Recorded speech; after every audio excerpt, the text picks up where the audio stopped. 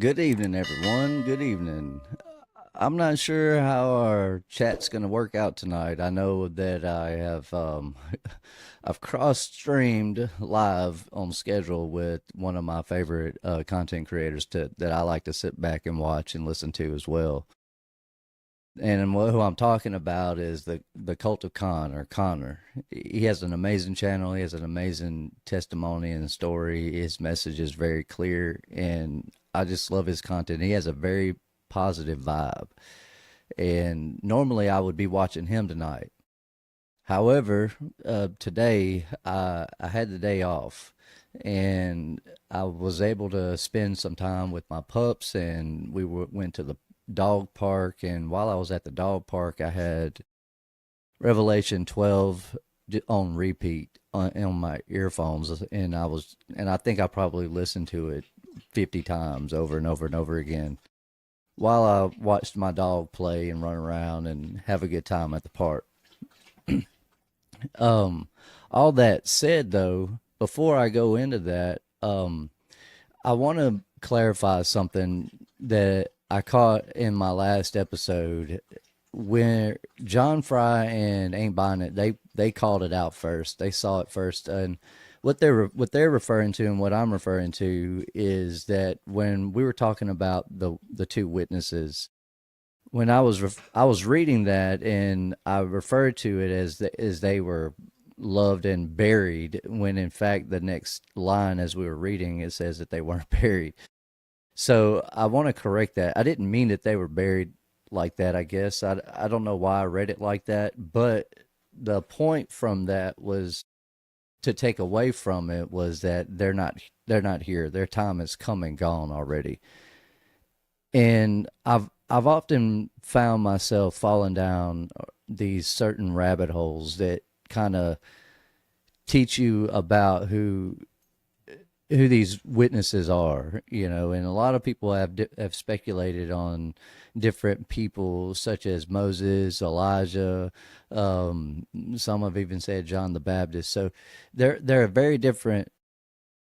It's one of those things that I've found throughout Scripture where it doesn't necessarily tell you certain things for a reason, and all of it boils down to is idolatry. Whether anyone ever truly figures out what the two witnesses' names were or not, it doesn't matter. It doesn't change anything for us. We don't meet them. We don't see them. Their events that take place throughout their time, all of that has already come and gone. It doesn't happen during our time, is what I'm wanting to point out with that. And so the whole point from that was that the events that took place where the two witnesses were, well, yeah, they were correct in that. Where I messed up and misread that is in that they liked them. The people of that day did not like them. The ones that were remaining left at the towards the end of that millennial kingdom would have been the people that would have carried over after the little season, after the millennial kingdom ended up crossing over. Oh, wow, little seasoness. Good to see you here, my brother. Or, yeah, brother. I'm assuming that's my brother because of the tattoo, but hopefully I got that right. Glad to see you here, little seasoness. Um, I know some of the normal audience is already preoccupied in someone else's stream, so we may not have as lively a chat as we normally would. But that may not necessarily be the end of the world. We have replay, and people can always come back and watch and whatnot. I know that I'm scheduled normally for Tuesdays and Thursdays. I do plan to do another live tomorrow night as well. I wanted to come in live tonight because, like I said, all of this has been on my mind and heart for the last day or so, and today it was just weighing heavy on me. So I wanted to share the things that I've learned in the past through studying Revelation 12, 13, and so forth. So as we continue with this, let me pull this up here. All right. Let's see. Yep. Okay, yeah, like I said, chat's probably not going to be rolling as deep as it normally is. However, we may get some people in here. And I'm more than humble and grateful for anyone that's in here tonight. I know this is the last minute, and some people weren't planning on listening to me live tonight, so I apologize for those that do normally plan and wish to be in here live with us. However, moving on, what I wanted to point out and get to was in the earlier episodes 1 through 7, we discovered that this Bible repeats itself several times. It does this all throughout Scripture. When it repeats itself, it does this for certain events or certain things to let you know what's important and what's not important. One thing we struggle with as people of our day is trying to place our reading lenses through the same lenses that these people are talking about. And one thing what I wanted to point out with that is as we move forward into the next, as we move forward into the next few chapters, and as it builds up through these events of the little season, the millennial kingdom, the before and the after, it's going to talk about some stuff that may not mean as much to certain people without having done proper research and reading prior to that. Good evening, Jenny Murphy. Glad to see you here. Brother John Fry, love to see you here too, brother. Glad to see you guys. So Jenny just says that she just finished watching the stream from yesterday. Awesome.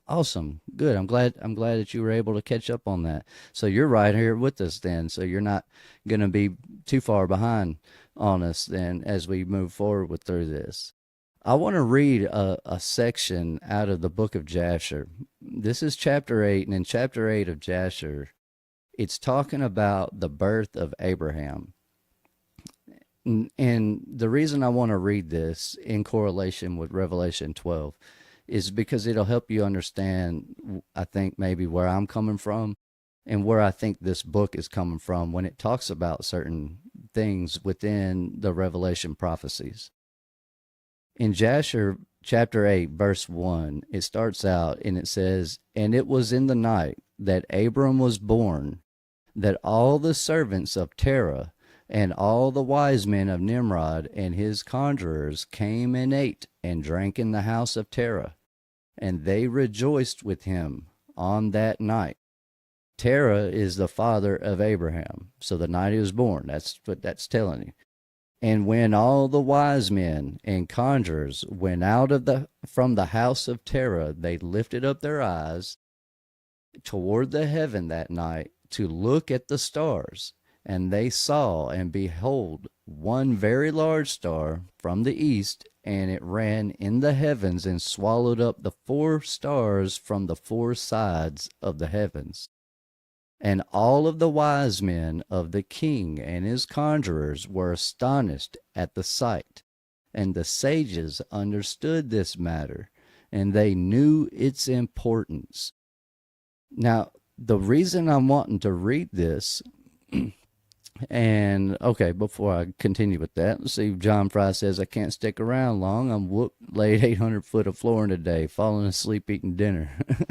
Oh man, I understand that, brother. Them long, hard days, they'll get you, especially as we get older. And you and I'm afraid to say, we're no longer spring chickens. So I understand a long, hard days. I appreciate you being here and for the time that you are here, Brother John. And of course, there's always replay. All right. So moving on, like I was saying, right here where we're at in verse 1 through verse 3 that I just read, the time period that they're in, they understand the spectrum of heaven and earth way better than we do. Their connection to God is way higher and stronger. More importantly, these events, this time period that Abram is born, is only a few hundred years after the flood to begin with. So most of the world would have still been in ruin. However, there were places like Babylon where Nimrod ruled from. In fact, Nimrod was the son of Cush, the son of Ham. And it kind of goes over that in the book of Jasher. It explains how Ham stole the garments from of Adam from Noah, and they ended up in Nimrod's hands, and that's how Nimrod gained power and strength to rule over his kingdom and over the rest of the world. Essentially, that gauntlet or whatever it was that Nimrod had that gave him that life and that power and that strength and whatnot ended up in the hands of Esau. And that's further back, and it's for another time. But the point of all of this is these stars.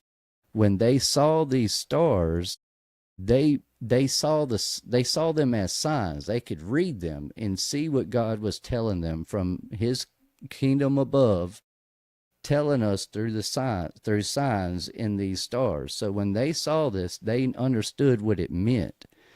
And the reason I'm pointing this out is as it says, and they said to each other, this only betokens the child that has been born to Terah this night, who will grow up and be fruitful and multiply and possess all the earth, he and his children forever, and he and his seed will slay great kings and inherit their lands. This is the bloodline lineage, historical lineage of Abraham. That's what it's talking about right there. Believe me, 10 makes a big difference. Oh wow, yeah, you are a little bit older, brother John, but you still got a ways to go. We all still have a ways to go, I hope. At least, if as far as this time goes, we have plenty of time. 54 is not that old yet. You're getting on up there. I'm getting on up there at 42. So this says here, like I said, this was saying here that the wise men and the conjurers went home that night, and in the morning all these wise men and conjurers rose up early and assembled in an appointed house. And they spoke and said to each other, behold, the night that we saw, the sight that we saw last night is hidden from the king. It has not been made known to him. And should this thing get known to the king in the latter days, he will slay us. Why have you concealed this matter from me? And then we shall all suffer death. Therefore, not let us go tell the king the sight which we saw, and the interpretation thereof, and we shall then remain clear. And they did so. And they all went to the king and bowed down to him to the ground, and they said, may the king live, may the king live. We heard that a son was born to Terah, the son of Nahor, the prince of thy host, and we yesternight came to his house and ate and drank and rejoiced with him that night. What this is telling you is that they believed what they were seeing. They saw those stars. They saw the sign in the sky. They knew what it meant. Whether we understand how they knew what it meant or not, it's not relevant, or necessarily because it would kind of tell you that. But what's important is that they understood it. They believed it. And they believed it so much that they were willing to go tell the king themselves, just so that he couldn't say that they were withholding this and keeping this from them. Man, absolutely. Brother Keith says, please keep my health in your prayers, please. Absolutely. We will say a prayer for Brother Keith and pray for his speedy recovery and whatever you got going on, in your health there, brother. I hope that everything ends up working out better for you, especially with prayer, man. Yeah, I really don't. I really hate. I hate when I hear about things like that, when people are going through hard times, whether it's financial, physical, or any other type of burdens. I hate that, man. I hate that you got anything going on. So yeah, definitely we'll say a prayer for Keith Wilson. But like I said, as what this is pointing out is just showing you the significance of how well they believed in these signs. When they saw this, it meant something to them. And as I was at the dog park earlier, I kept looking at the sky and I kept thinking to myself, if you could see the actual firmament without the haze of the blue and all of that, I'm not sure people could handle what they were seeing. You know, it's kind of like people being scared to death. I could see a lot of people coming to the truth pretty quick by seeing that big dome that's over us. And all I'm saying is that nowadays when we see signs and symbols and star movements and patterns, it don't really mean a whole lot. We get a lot of our understanding of that from astrology and astronomy and other sources. But there is no more studying the stars and the signs and everything. Everything for us now is written. This will tell us what to look out for, though, and what signs to see as we read through the scripture. And like I said, I don't want to necessarily go through this whole book, but I will try to see if I can't get the link for this, because this is a really good website for this book, so you don't necessarily have to buy it for those who, like me, just like to read online. Anyhow, I don't want to go through the whole book of Jasher. I just wanted to point that out because as we get into Revelation 12, we're going to realize the significance of some of this stuff that they're seeing. Hold on, let me turn this fan on. All right. Sorry about that. It got hot in here pretty quick, so I just turned that fan on. I don't want to turn my air on yet. I'm afraid it might get too cold. And when you don't have a lot of hair like me, your head gets real cold real easy. It's why I like to wear this hat. It's not a fashion statement. It's just comfortability. All right, so let me get a drink of this. In chapter 12, verse 1, it says, "And there appeared a great wonder in heaven, a woman clothed with the sun and the moon under her feet, and upon her head a crown of 12 stars." We're going to learn this as we read through this, what this represents, but telling you shortly and quickly, I guess, this is just referencing the body of Christ, or like the Christ community. And then as well as the 12 stars represents the 12 tribes of Israel, the 12 nations or 12 kingdoms of Israel, however you want to call it, 12 tribes of Israel. That's what that represents. But these are stars they're seeing in the sky, and it's a sign, it's a symbol. They're able to see this, and that's how they know what this means. Regardless that we would see it today and not know what that means, if we saw something like that, we would all be speculating today. And there are valid reasons for that, but regardless of that, that's what that's referring to. Then it says, "And she, being with child, cried, travailing in birth, and pained to be delivered.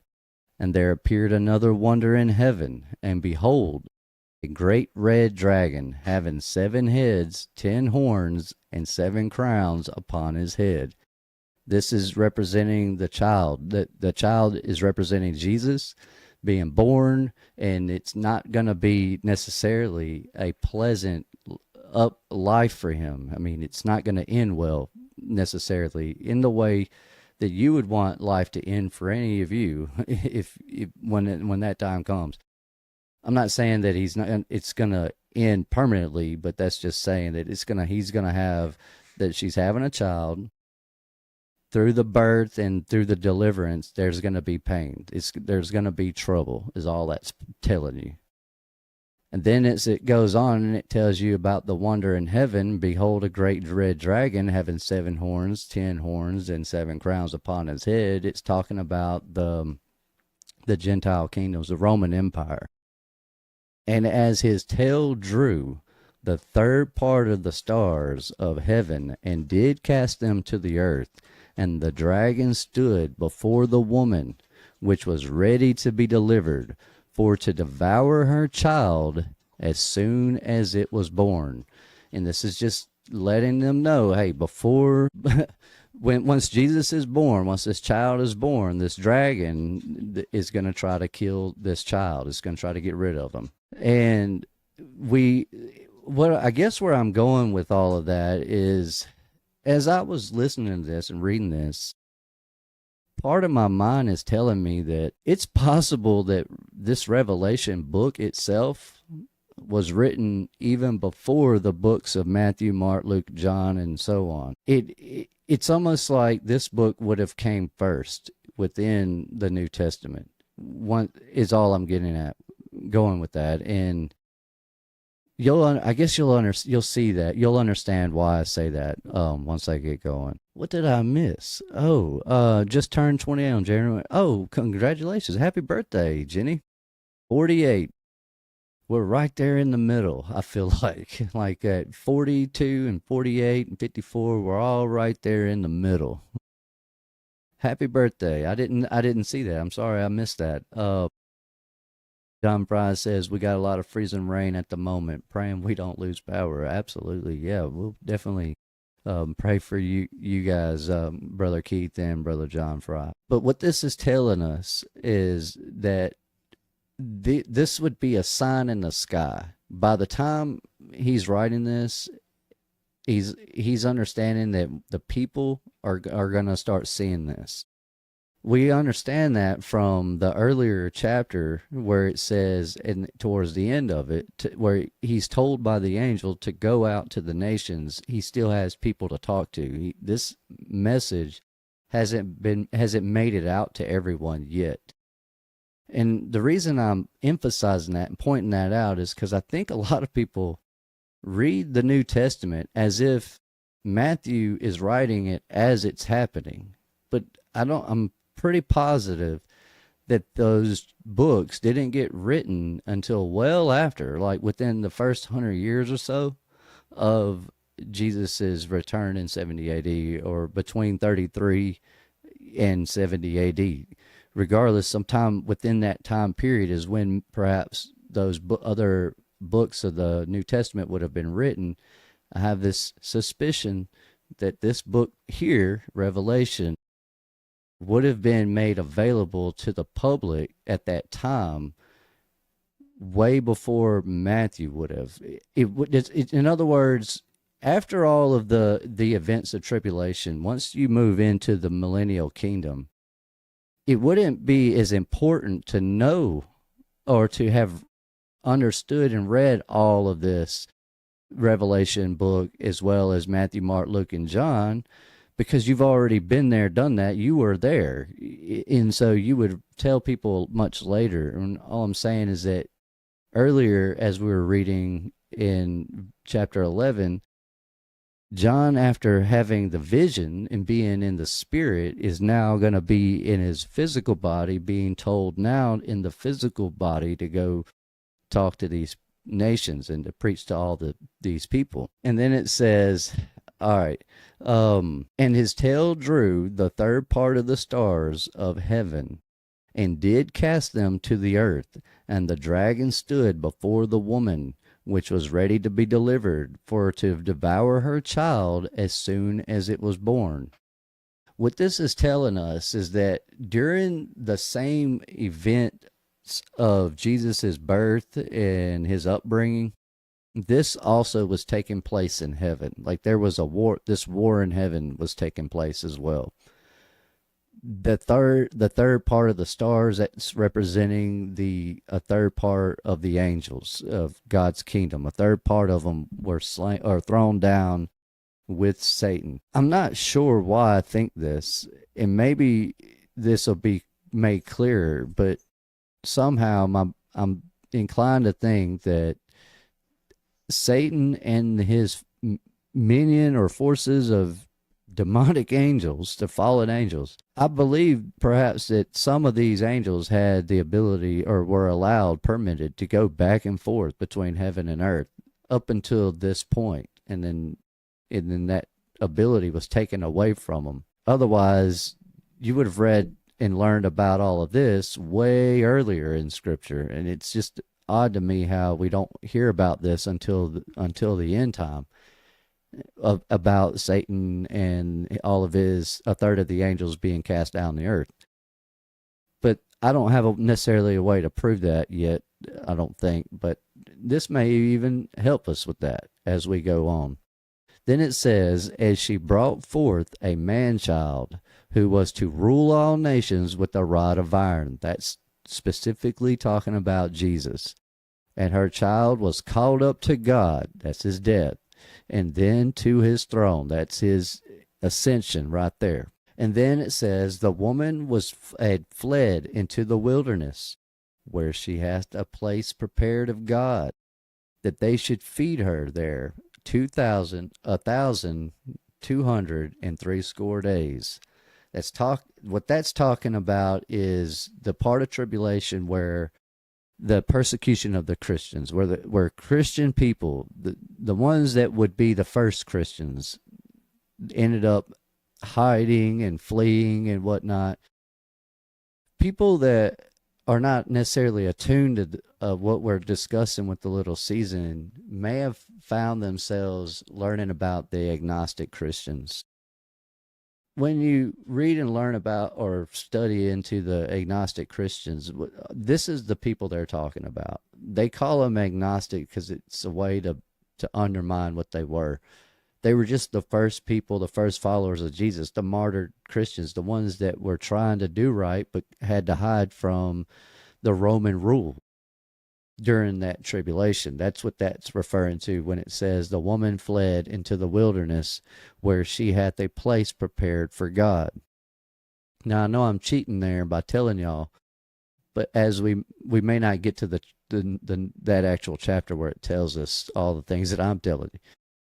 So then it says, and there was a war in heaven. Michael and his angels fought against the dragon, and the dragon fought and his angels, and prevailed not. Neither was their place found any more in heaven. That's why I believe that it's possible that the actual casting out of Satan from heaven didn't actually occur until Jesus arrived.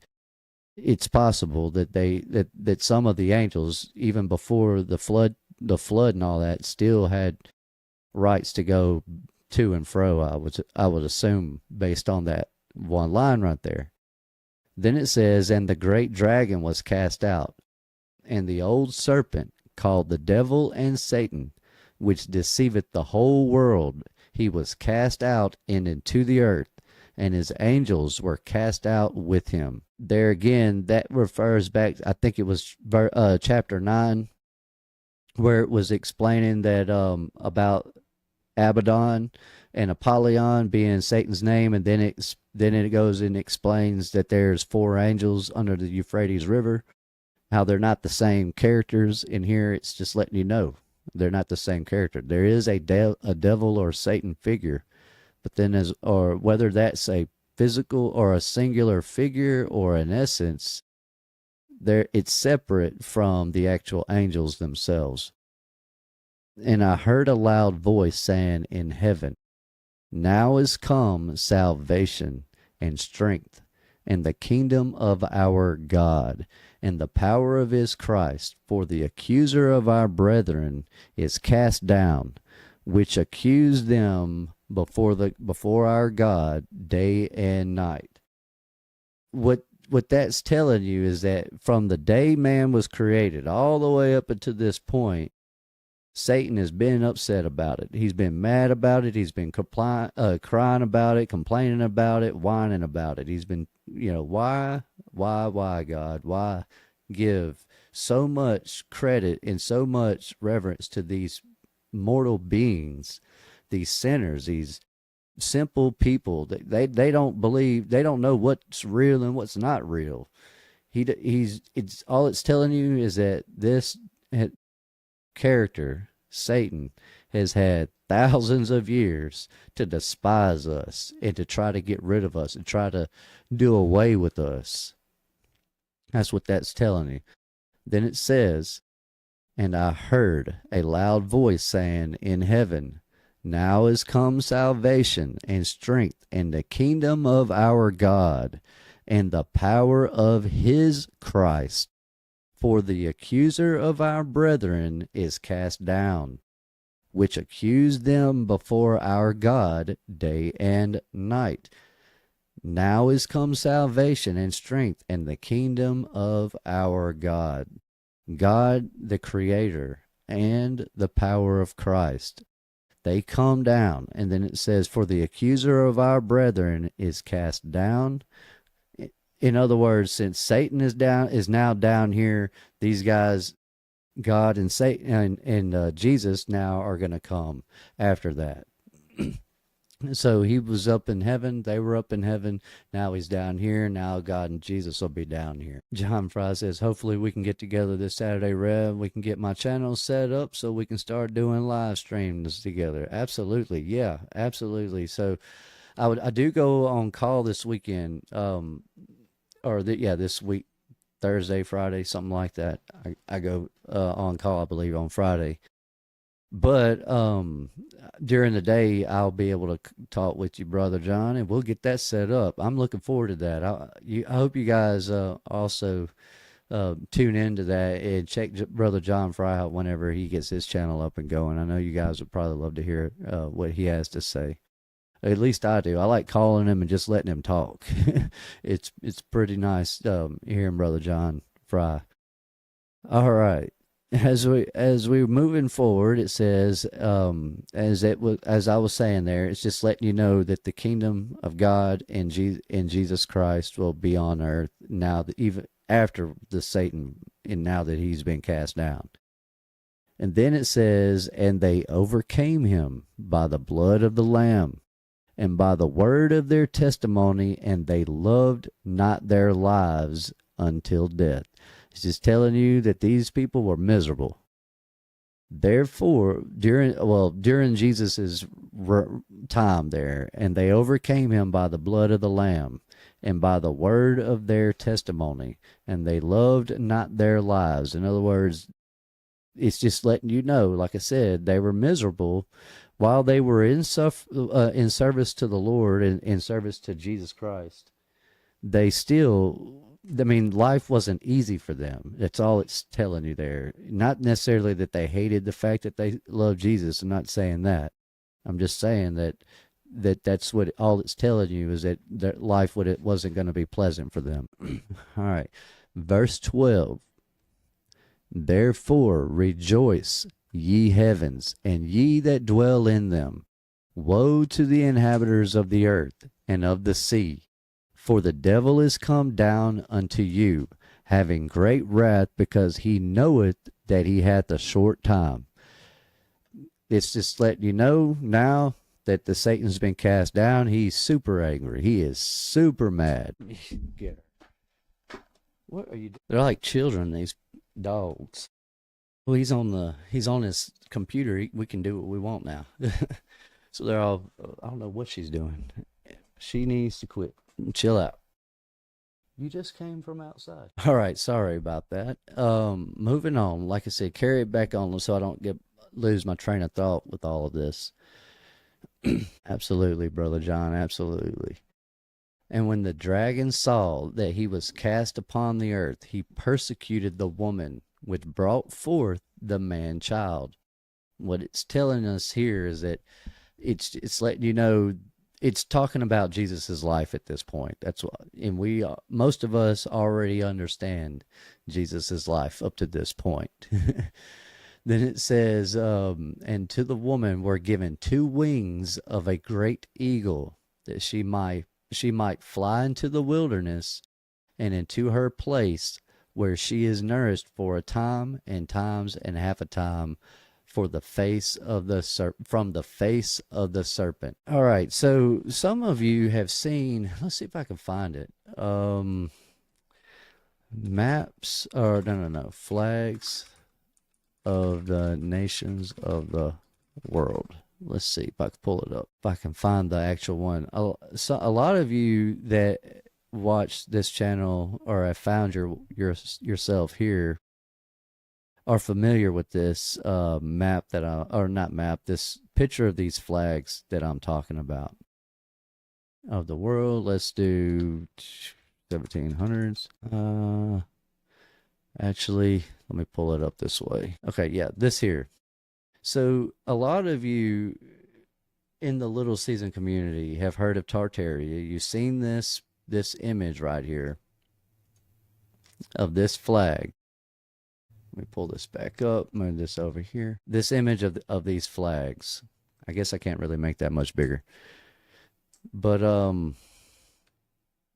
in here it shows a flag of the United States. Right below that flag, it shows a flag of Tartaria. I'm not exactly sure when this picture was printed or made or any of that. I don't think anybody really truly does. Maybe someone out in the world does. But when I came across this during my research and study, as I was going from doubt to certainty with the scripture, I was under the impression here, when it comes to America, we're the only nation really that is represented by an eagle.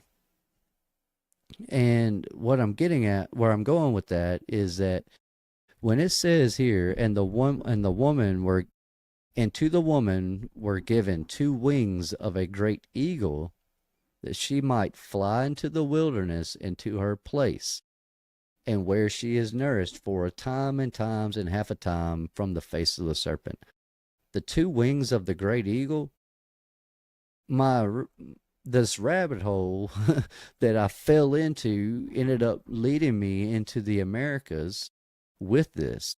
And then as I was researching the 12 tribes post Jesus, post 33 AD, when you get into the Tartarian maps, you see a lot of them ended up here in the Americas. And so what all I'm saying is that if this is accurate in what I'm saying, it's likely possible that during this time when that these tribes of people that were trying to escape persecution from the Romans left Rome, traveled up over the Caucasus Mountains and into the Americas, and came down into the Americas and settled over here. And when you look at the moon map that you find through Vibes of the Cosmos, it's in Culticon's background on his channel as well, you see how small and isolated really North America and South America are from the rest of Europe and Russia and China and that whole area. And so it kind of made sense to me, but you'll get lost in that. What'll happen. You'll get to thinking that you are certain people that you may not be, just because they went here or they went there. And so it's all I'm saying. All I'm pointing out with that is that there is some significance to this, and to me, that's where I think that's what that was alluding to, is America. But I could be wrong, and I'm not saying that just because I am in America. I'm in America myself, but it is interesting how out of all the biblical places and names, America is the only one that's relatively new. And so anyways, I kind of fell into that, and my research took me in that direction. This was during my journey of discovery, of course. Let's see. Spirit of Church Ministry says, when I saw Arizona's flag, all I saw was unless a man is born of water and the Spirit.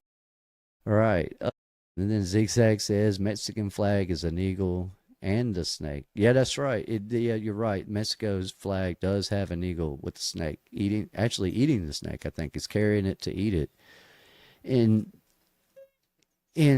But there again, we have to remember that Mexico today, jurisdiction wise, would have been up here in the Americas as well, and they're basically the same people. There's not much different.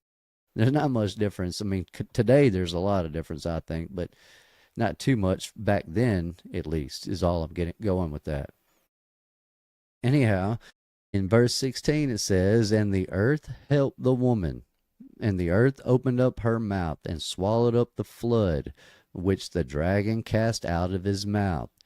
And the dragon was wroth with the woman, and went to make war with the remnant of her seed, which keep the commandments of God, and have the testimony of Jesus Christ. Once we get back to the timeline series, I think I'll be able to show this a little bit clearer then, but this part right here, I believe, is the it's the post millennial season, is what it's referring to in verse 17. Not the little season, but the post millennial kingdom time period.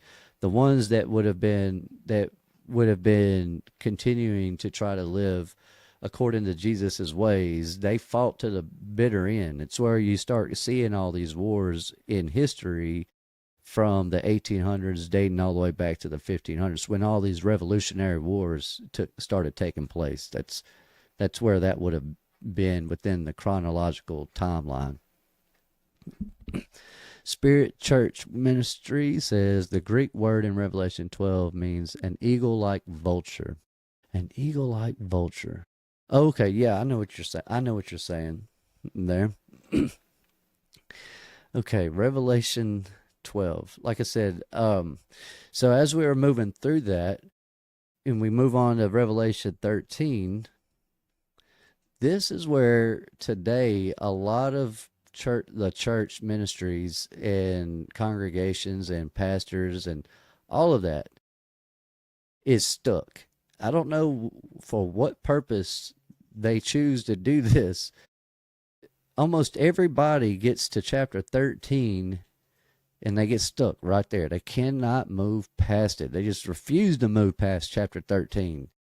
You'll never hear them talk about chapters 14, 15, 16, 17. They always want to stop at 13, and they want to scare everybody today into believing that this is about to happen to you and me. This is not about to happen to you and me. Some of these things we read about do, obviously, but not all of this. And most of this has already taken place, if not all of it. And so what I'm getting at is that I feel like there's like this curse when it comes to Revelation 13 and the church. That curse was initiated by the education system and the men who developed and designed that thing. That's where these false doctrines come from. It's the misunderstanding of when in time you are and what is relevant to you and what's not. We don't know that certain things happened unless there's witnesses of it or there's some type of evidence to support it. When our education doesn't provide the information or the materials necessary to know these things, that's when you develop these conspiracy theories. A lot of these conspiracy theories start from people like myself who would have in the past been looking for the truth, found themselves reading Jasher, found themselves reading Jubilees, found themselves reading the complete works of Josephus, reading into all of that and going, wait a minute, some of this doesn't make sense. How can this be happening now when it's supposed to have already happened? Why would he say one thing mean another thing? It just becomes very confusing. And so when I was reading this, I'm understanding that either the church is purposely misled through the education system, or they're actively choosing to believe this.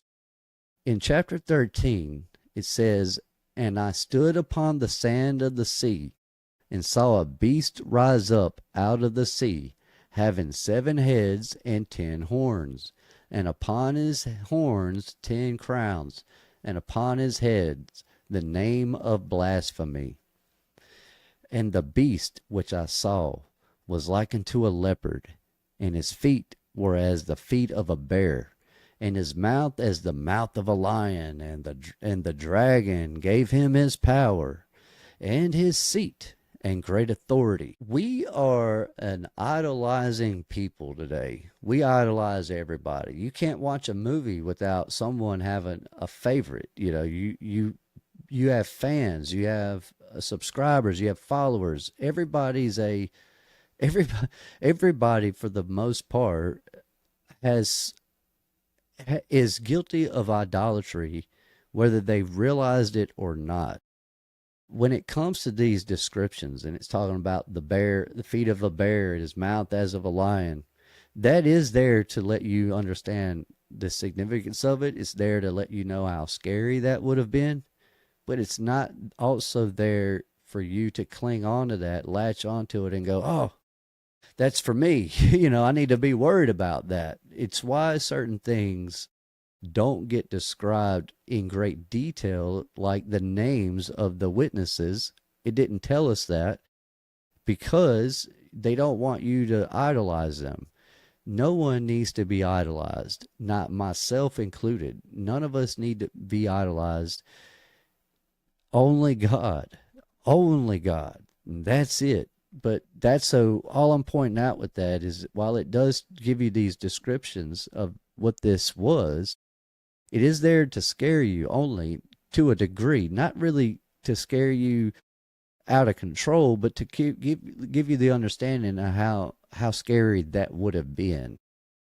In verse 3, it says, "And I saw one of his heads as it were wounded to death, and his deadly wound was healed, and all the world wondered after the beast." And what that's referring to is, it's Rome. To simplify this for the ones that are new to all this is talking about Rome. Rome collapses, so to speak. It ends. There's a 1,000-year period where Rome's no longer in charge. Boom, Rome comes right back in charge again. We call it the little season, or we call it the modern era. You can call it what you want. The principles that make our modern society came from the same principles that made Rome. But to fully understand that, we really kind of do need to go back through Jasher and read a little bit more. We need to understand a little bit more about Esau and what led to the development of the Greek Empire prior to the Roman Empire. All of that is a buildup to all of this, is all that is. Okay. All right, let's see. It says, and he opened his mouth. Let me see. Did I skip a line? There was given in the mouth to speak. Oh, and they worship. Yeah, okay. I'm thinking that I was in verse 12. Chapter 12. I'm in verse 13 now. And then it says, and I saw one of his heads. Oh, and the beast which I saw was like unto a leopard, and his feet were as the feet of a bear, and his mouth as the mouth of a lion. We read all that, trying to make sure I don't know why I'm having trouble finding my place.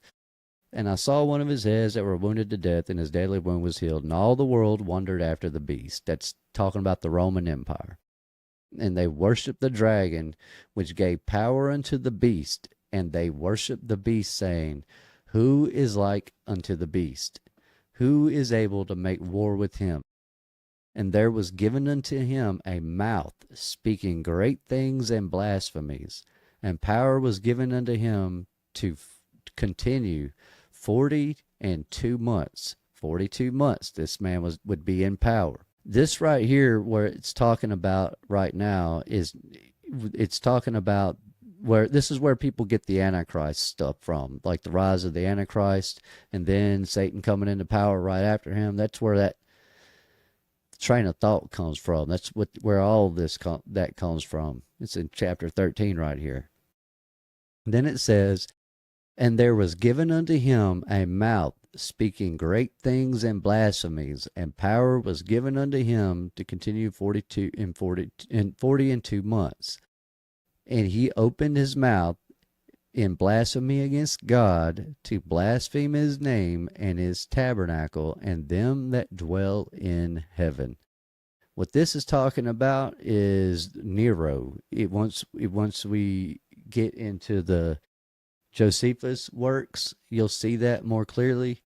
But historically, for those that have been left out of this, it's when you go into books like Maccabees, which actually that's in the Bible, and then you have the Josephus works, and you compare all those. That's where we get the idea or the understanding that Nero would have been this person that he's talking about. That's where that comes from, I guess. But whether that's true or not, it's not important because it would be in here if it was necessary for you to know. All I'm saying is that when it comes to that, yeah, like for myself, I like to think it is Nero, but I also am aware that I could be wrong with that. Is all I want to point out with that. Then it says, and it was given unto him to make war with the saints and to overcome them, and power was given to him over all kindreds and tongues and nations. Where the reason I left that rabbit hole with Nero being this person and the Antichrist figure is because of this line I just read. And all that dwell upon the earth and it was given unto him to make war with the saints. What this is talking about here are the saints from the little season. I mean, not little season, from the millennial kingdom.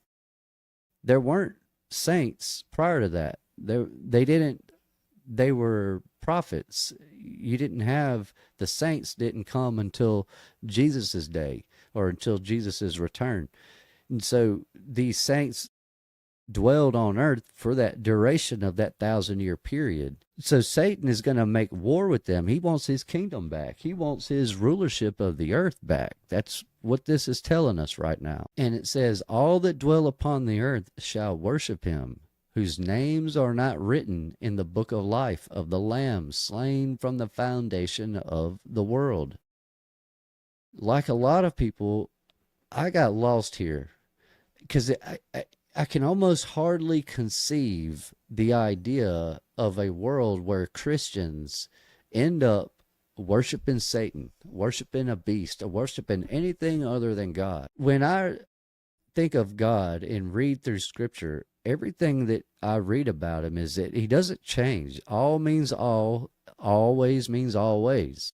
That doesn't ever change. And when it says right here, and all that dwell upon the earth shall worship him, the names are not written in the book of life of the Lamb slain from the foundation of the world. What this is talking about right here, or first it says, and all that dwell upon the earth shall worship him. That people is not the same people as this next people, where it says, whose names are not written in the book of life of the Lamb slain from the foundation of the world. Well, actually, let me correct what I just said. That I guess this is the same people. Reason I was saying that it was not the same people, I guess I thought it was going to clarify that it doesn't. But it says, and all that dwell upon the earth shall worship him, whose names are not written in the book of life. Those were the people that didn't accept Jesus, that somehow lived and survived and remained throughout the millennial kingdom. In other words, during that 1,000-year period that Jesus reigns on earth, you will have people that live long lives, that live superhero style type lives. But then you will also have regular people just living normal lives. Maybe they're good, decent people, but maybe they're not. But regardless, they're not martyred. They end up surviving the tribulation, and they just kind of continue on with life. But so what it's telling us is that all that dwell upon the earth, that's all those after the rapture. The rapture would have been taking place by the time that this starts taking place, whose names are not written in the book of life of the Lamb slain from the foundation of the world. Those that were slain were the martyred Christians, the ones that went into the hills, that were hiding and trying to, keep this thing a secret, that, and trying not to be known. You didn't want to go into the town, into the cities talking about Jesus and talking about, him dying and coming back to life. You didn't want to talk about that out publicly because it wasn't, people were in certain places didn't really approve of that right before, and that would have been before the millennial kingdom began. At the end of the millennial kingdom, though, is where this takes place. If any man have an ear to hear, let him hear. He that leadeth into captivity shall go into captivity. He that killeth with the sword must be killed. Here is the patience and the faith of the saints. It's letting you know that if someone, it's just telling you that that the saints are going to have to fight. They're going to have to do it. I feel like a lot of this is where what were they, the Crusades, the Crusade events. I would kind of be leaning towards that. That's where that comes from. The Crusade events. When it's talking about in verse 11, verse 10, it says that he that leadeth into captivity shall go into captivity. He that killeth with the sword must also be killed with the sword. So if I'm like, for example, if I were out here saying, hey, we need to leave, we need to go out into the wilderness, we need to get away from America, get away from civilization in town, I also will be going out that way. I'm not going to just be telling you and then you go, and me staying here. That's what that's saying there. In verse 10, it says, he that leadeth into captivity shall go into captivity. Him that killeth with the sword must be killed with the sword. The problem with this line right here, he killed with the sword and must be killed with the sword, is because after the millennial reign, you would have had people have read that and said to themselves, so if I can go out here into the world with this sword and take out people that are in my way, I can now take that as it's okay. But as long as they're not killing me with me with the sword, it's okay that I just used the sword to take what I wanted.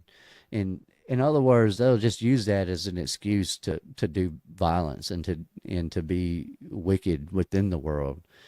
And then, but it says, and here is the patience and the faith of the saints. What that's talking about there is that the saints are they know that this is going to be a long, drawn out thing. They know that these people that there are going to be people that are going to give them a hard time. And that's the unruly people, the people that would have needed to be ruled with a rod of iron. In verse 11, it says, I beheld another beast coming up out of the earth, and he had 2 horns like a lamb, and he spake as a dragon, and he exerciseth all the power of the first beast before him, and causeth the earth and them which dwell there within to worship the first beast, whose deadly wound was healed. What this is telling you is that when Satan is loosed into the world, during that time, people would have been following Jesus for the most part. There was a millennial reign. Prior to the millennial reign, you would have had people in worship and service of Rome. Well, after the millennial reign, that same principle comes back into power and rises up again. And we see that through our politics and the way our world is structured today, socially and economically and politically. And it says, and so that's what it's talking about there in verse 12. And he doth great wonders, so that he maketh fire come down from heaven on the earth in the sight of men. And he deceiveth them that dwell on the earth by means of those miracles which he had power to do in the sight of the beast, saying to them that dwell on the earth, they that should make an image to the beast, which had his wound by a sword, and had been wounded by the sword, and did live. It's talking about Rome. Its deadly wound was Jesus. And now that Jesus' time is over, that 1,000 years is ended, that wound is re-healed. In other words, people are now starting to go look at this thing and going, I don't like living the way Jesus is telling us to live. And so they start rebelling against him. There we go, your revolutions. All right. And he deceiveth them that dwell on the earth by the means of those miracles which he had power to do in the sight of the beast, saying to them that dwell on the earth that they should make an image to the beast, which had been wounded by the sword and did die. That image, that's what where people will cling to that, and that's the mark of the beast. We're gonna be worshiping that image. None of us are. Some people in this world may. None of us are. No one watching this video is gonna experience this to where they are worshiping this symbol or this image of this beast. It's not going to happen to us. That's why I kind of lean on this necessarily may have possibly been written before all of this happened. And then it says, and he had power to give life unto the image of the beast, that the image of the beast should both speak and cause that as many as would not worship the image of the beast should be killed. It's just telling you that if you don't worship this beast, you're going to get killed. And so prior to us, I could see this happening, but today I could not see this happening. I cannot comprehend. I served in the military 15 years. I just cannot see a current state of the world where everybody, Christians alike, all variations of Christians, any one of them ended up being guilty of this. Now there may be, that could be. I could be way wrong, because for a long time I thought, yep, we're doomed, because everybody's going to fall for this. But I don't see how we could. We've been made aware of this way too long now. We've had too many generations to prepare for this. Regardless of how deceived we are, the word has always been written on our hearts. And then it says in 15, and he had power to give life unto the image of the beast, that the image of the beast should both speak and cause that as many as would not worship the image of the beast and should be killed. I just have this suspicion that they're talking about motion pictures, cameras, video, the black and white photography images. I believe that that's where all of this would start taking place. It's why I'm not so certain some of these old reels and old photographs necessarily were even taken or filmed during a time that we think they are. I mean, all I'm saying is that technology goes way back further than what we think it does.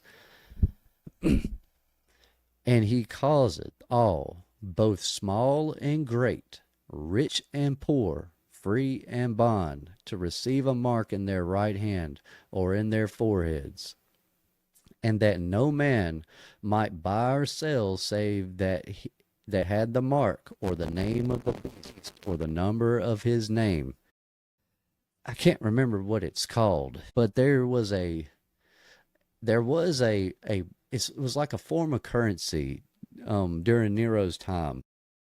And you had to have that, or you couldn't buy or sell or trade or do any of that. And that's where historically, a lot of eschatology folks that get into this, that's where that comes from. When it's talking about rich and poor, free and bond, a lot of people who struggle, I would say someone who's down on their luck and whatnot, a lot of times people will use this verse here as an excuse to not pick themselves up once they've fallen. Rich and poor, free and bond, all these people even the rich people are going to go through a bad time. Not just the poor people, the rich people as well. And so a lot of times when we're struggling, people will read stuff like this, latch onto that, and just kind of give up and go, you know what, I don't have to really worry. I don't have to worry or work anymore. I can chill out and just relax and just coast on through and wait, because Jesus' time, or this time, is going to end, and all of my oppressors are going to end up suffering, for being the way that they are. That's where that line of thought comes from. And they get that out of this chapter here, and they just refuse to move to chapter 14 to figure out if there's anything more that they need to know and understand about this book. All right, this live cast. Spirit Church Ministry. Dear Father, please send more people to this live cast. Man, I appreciate that, Spirit Church Ministry. It says Exodus 13:9, and it says, "It shall be a sign to you on your hand as a memorial between your eyes, that the Lord's law may be in your mouth. For with a strong hand the Lord has brought you out of Egypt." Oh man, that's beautiful. Yeah, so I love that. Exodus is one of my favorite books. There's a lot of good information in Exodus. And I'm going to eventually, this channel is pretty new. I would like to go through line by line through Exodus, Leviticus, even Genesis. In fact, I've already started Genesis. I need to pick that back up. But I would like to continue on through those other books. As of today, though, I know that a lot of people in the church community, in the research community, the truther community, have found themselves with the realization that something is off with our history and our historical timeline. And yeah, exactly. So yeah, you're right, right hand and forehand. So in Exodus, what you're referring to is how all of this was foretold thousands of years ago. So there would have been some people that would have been prepared for this event. And I think that might be where you're going with that, Spirit of Church. That, yeah, even though there's a lot of people today that that are aware of this now, there still would have been people that would have been aware of this even before it happened. So I get what you're saying. What I was explaining was that, in trying to understand, is that there were the amount of people that would have been aware, but before and after, it's two different numbers. Today, I could see a lot of false Christians and mediocre Christians falling prey and victim to this, but there are thousands of us that just wouldn't. And I just don't see that happening, is all I'm saying. His glory is great. Now we are all free if you act as a man. You are a slave if you act as a person. Slave. Yeah, I figured that's what you meant. All right, now we are all free if you act as a man. If you are a slave, if you act as a person. Exactly. So yeah, so I think I've mentioned something to that degree. It's like the flat earth and the round earth. If you subscribe to the principles of the globe earth, then you are subject to its laws and its rules.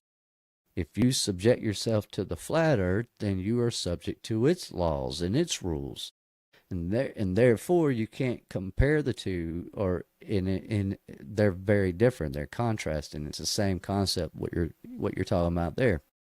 And now we are all free if you act as a man. This comes from His glory is great. If you act as a man, but if you act as a slave, you are a person. These words and terms like person, you are a one of this person, or you're one of that you're a son of that dude. You're just one of them, person, and you're not as free as if you are a man. I think that's what you're saying. All right. So getting back to where I was at, it says in verse, let's see, yeah, verse 17, it says, "And that no man might buy or sell or save, that he had the mark, or the name of the beast, or the number of his name, of his name." To me, this symbolizes another method of Satan trying to mirror God's word. Just like in the Old Testament, in the genealogies, we learn that there are 2 Enochs, there's 2 Methuselahs, there's 2 Lamechs. And so everything Satan does is a copy or a mirror of what God does. Only God does it first, and then Satan tries to repeat it, and it's almost so similar. A mirror image is really similar. If you looked at a mirror, one that wasn't certain who they were seeing, you might not know you're looking at a mirror image. You have to see what it is first.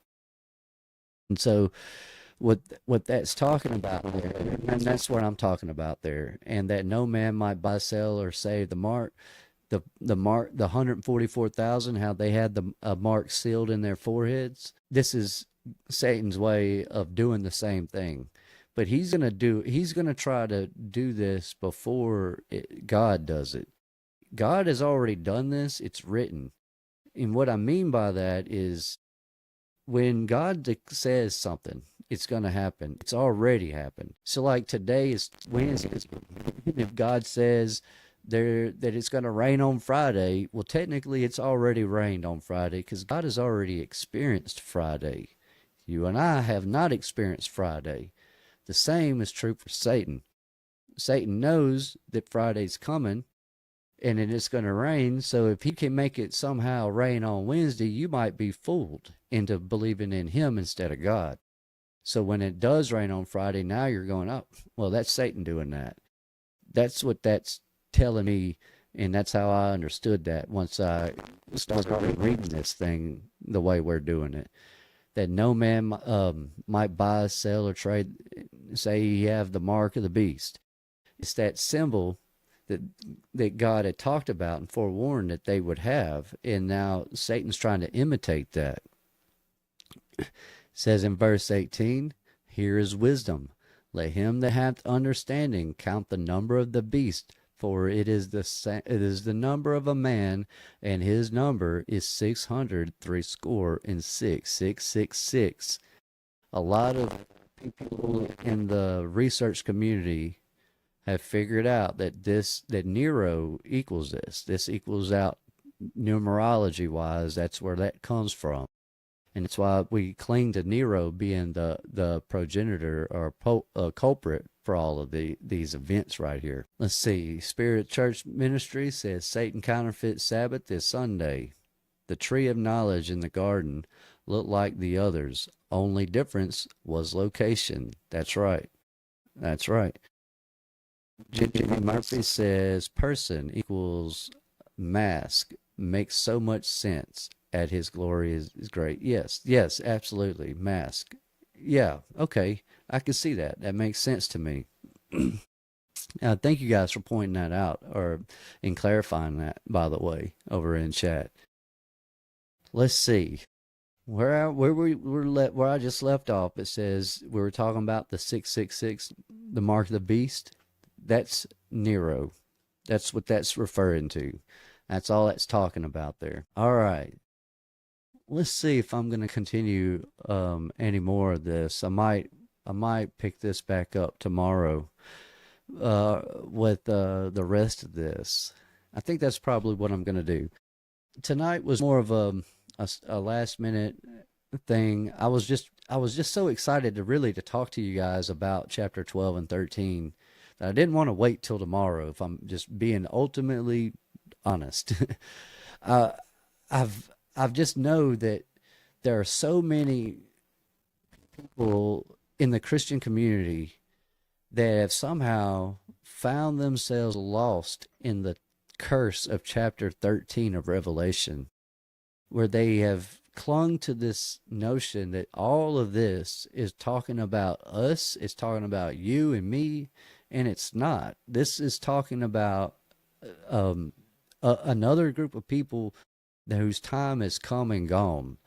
We're a new group of people now. We may come from these people, but we're not them. Our time is not come yet. We haven't gotten to us yet. We're in chapter 13, and we've been going through this book line by line, precept upon precept through each episode, and so far we still have not made it to you and me today. And the reason I'm emphasizing that, for people that are new to this stuff, it's important to realize that historically, through our education system, we have been fed a bunch of garbage as far as when certain events took place, who's responsible for this event or this dwelling or that dwelling. We don't know. We didn't know, and we don't just understand all that until we research it and find out that, hey, they lied to us about this. They lied to us about that. And so when I realized that, when I finally just accepted it and just said, you know what, I'm just going to start over. And I'm just going to start looking at everything like I am a clean slate and nothing's inside my head. I don't have a memory of anything. And I went through this book, every single line, just like I'm doing now. And I did this for years, trying to unravel what this thing was telling us. I have a hard time believing certain people when even though what they're saying may be true to a degree, a lot of conspiracy corners, people will tell you stuff that sounds so good, but there'd be something about it that's off.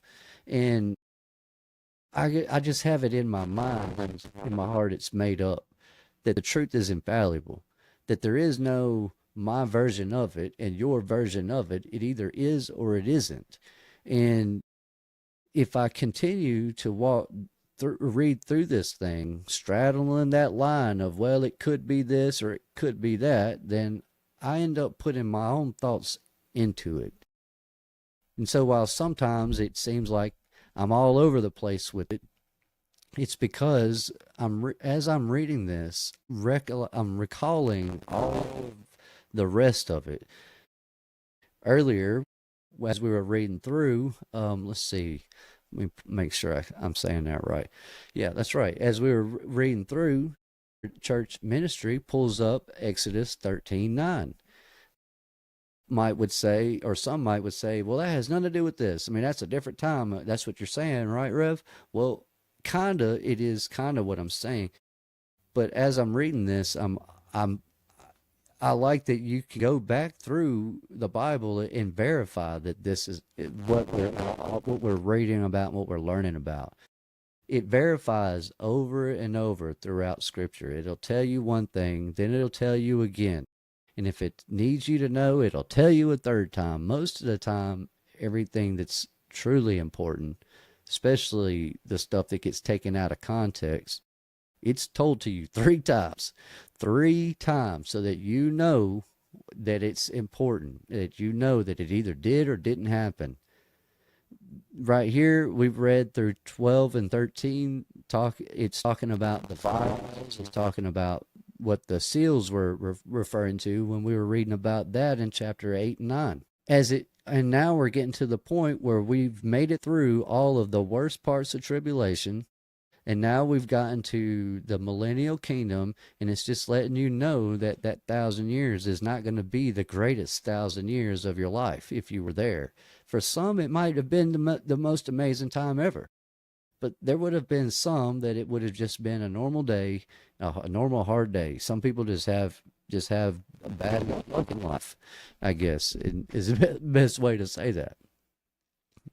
All right. Spirit Church says, makes sense that the mark has passed. Everything is deception right now. The book of Daniel was sealed. Revelation wasn't. That means the prophecy started coming true right away. Yes. And actually, I referred to that in one of my earlier episodes. Amen. Keeps away from the cherry picking verses. That's right. And that's what I don't want to happen here. I don't want people new to this to fall into that trap. That's of what Spirit Church Ministry is referring to. How the church community likes to take the Bible, pick it apart, verse by verse, scripture by scripture, piece by piece, putting it all back together and forming their own little narrative and say, hey, it says this or it says that. Whether we understand exactly what it's saying at the moment we're reading it or not, it's not meant to stay there. That's what line upon line, precept upon precept means. You read and move forward. You don't look back until you need something, like like with the spirit of church ministry just a moment ago, pulling up Exodus. We just pulled that in here to further emphasize. Hey, yeah, that's what you're talking about. Well, they said that over here too. It's just clarifying it. That's all that is. It's just sharpening what you're already thinking and what you're saying. Okay, like I said, I think I made my mind up on that, and I'm gonna hold off on chapter 14 for tomorrow night. And I know I started a little late, and I know I threw this all at you guys last minute, and I normally do 2 hours. We may try that. Like I said, I'm gonna try to eventually do at least 3 nights a week, anyways. My weekends, I have no life. I don't really go anywhere. I don't really do anything. I'm not interested in my old ways. This is all that's important to me now. This is all that should be important to anyone, in my opinion.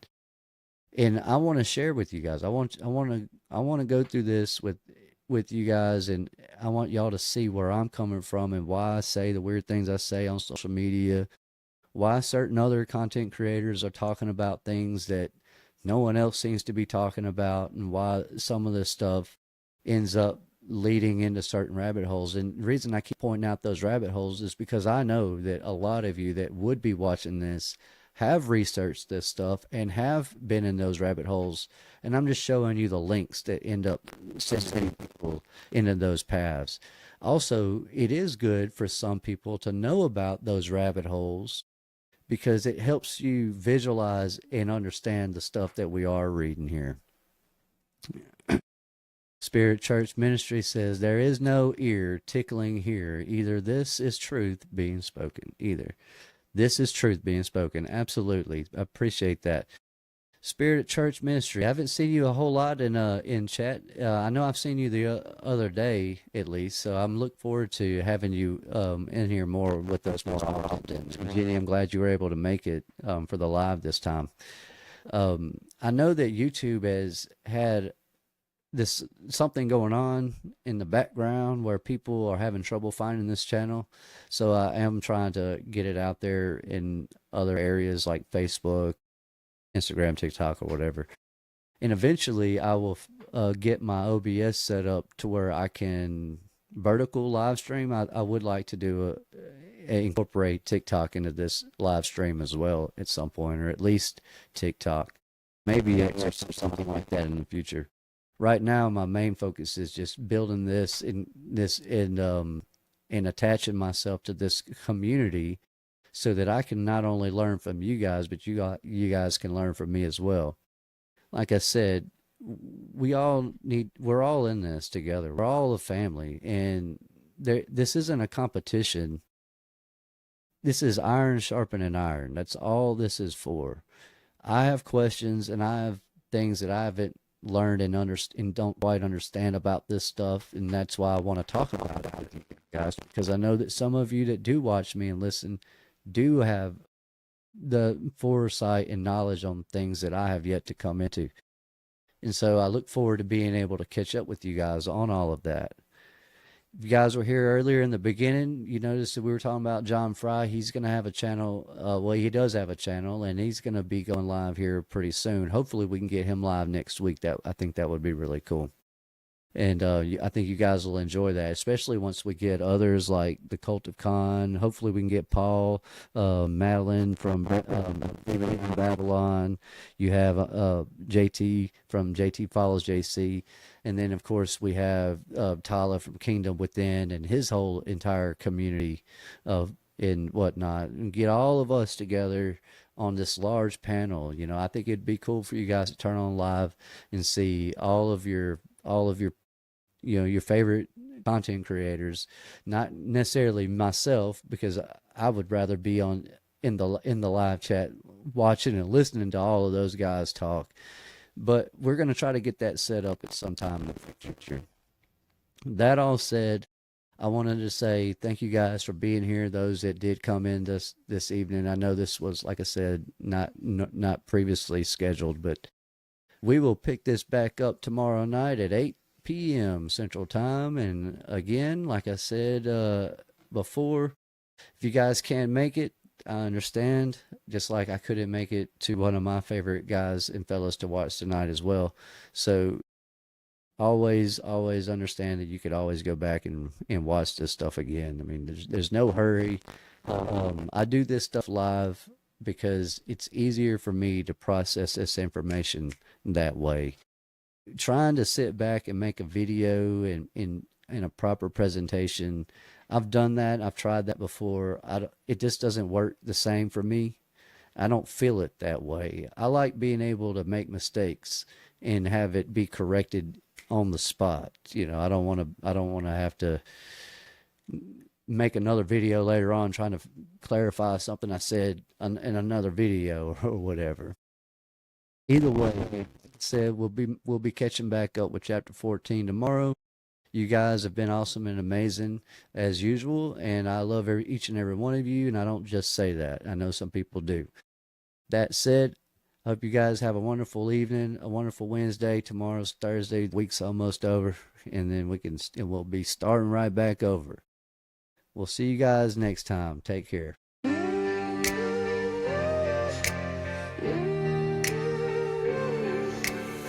Out on the porch with an open book, Rev lifts his eyes, takes a deeper look. Through the noise of this fleeting age, he's digging down past every page. He's walked the road of shattered dreams, felt the weight of silent screams, but the truth he found is burning bright, a torch he carries through the night. Whispers call from higher ground, in the quiet he hears the sound. Little seasoned shadows flee when he stands up on his knees. Rev the truth seeker calling through the dark, lighting up the silence with a holy spark. In this little season we'll stand side by side, truth unfiltered, saints won't hide. Beyond the lies, beyond this fight, we keep our lamps full, burning bright. Together we'll journey, come what may, till we see the King on that day.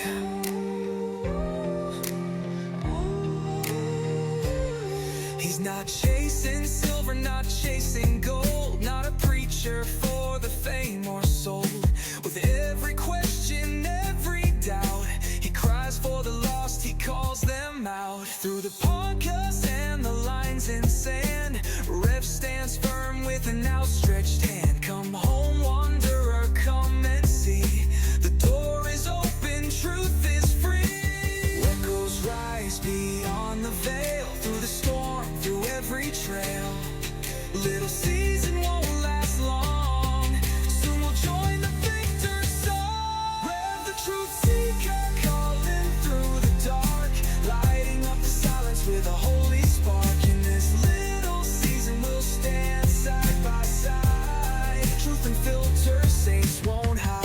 Beyond the lies, beyond this fight, we keep our lamps full, burning bright. Together we'll journey, come what may, till we see the King on that day. One by one the watchmen rise, lift their voices to the skies. Even so, Lord Jesus, come, we'll hold the light till kingdom come.